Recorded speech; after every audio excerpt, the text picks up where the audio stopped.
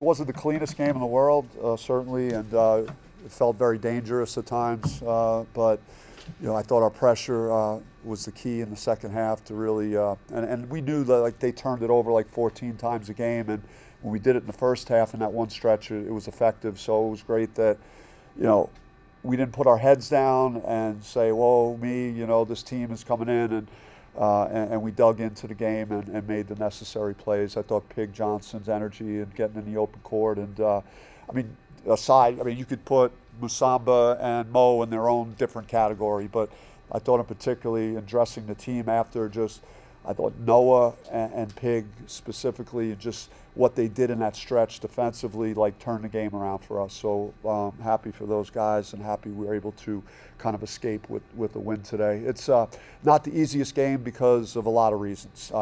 And I don't think I felt 100% today, so I can't say that our players did either, just with the level of game that we played Friday night in a very late game, and then to play here again.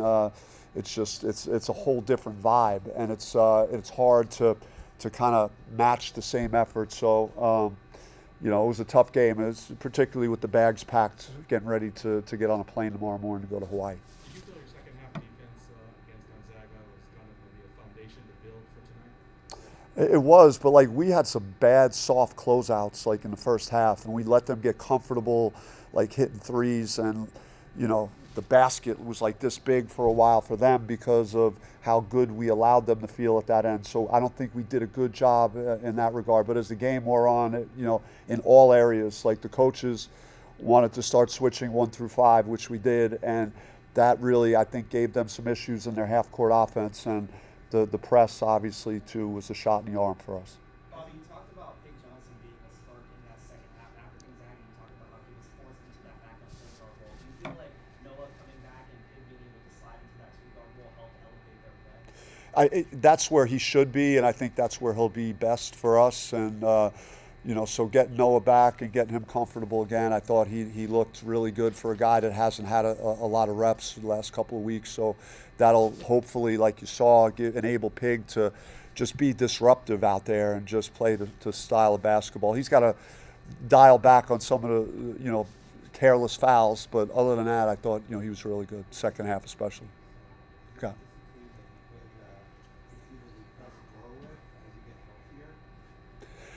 I don't know. It's hard to say like this is going to be something that we could go to night in and night out. I think in small doses against the type of competition that we're going to be playing, you could sprinkle it in.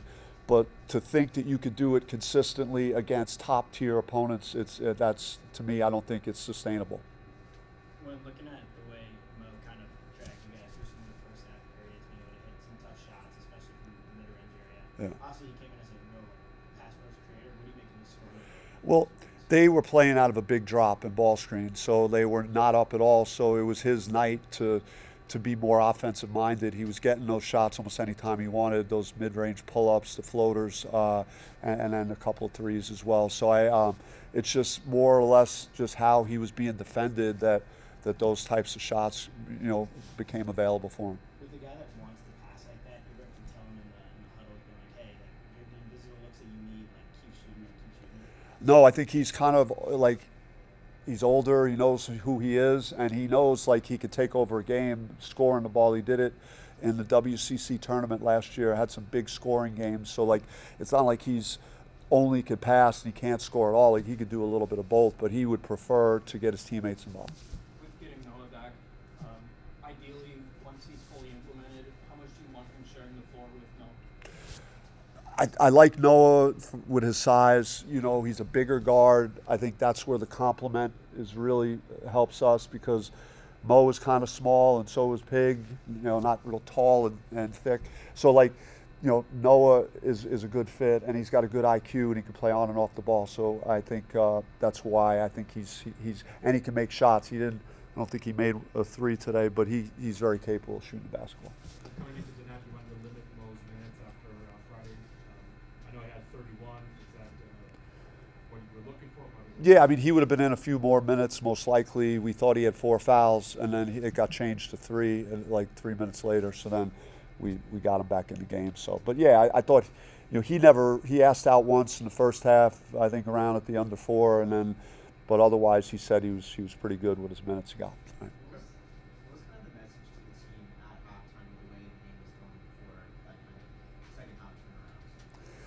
Well, I mean, it's like, is this who we are? Is this what we want to look like? And I was not like going crazy in there. I just kind of laid out the facts of what happened. They were shooting like 50% from the field, and 50 from 3, and we weren't guarding anybody.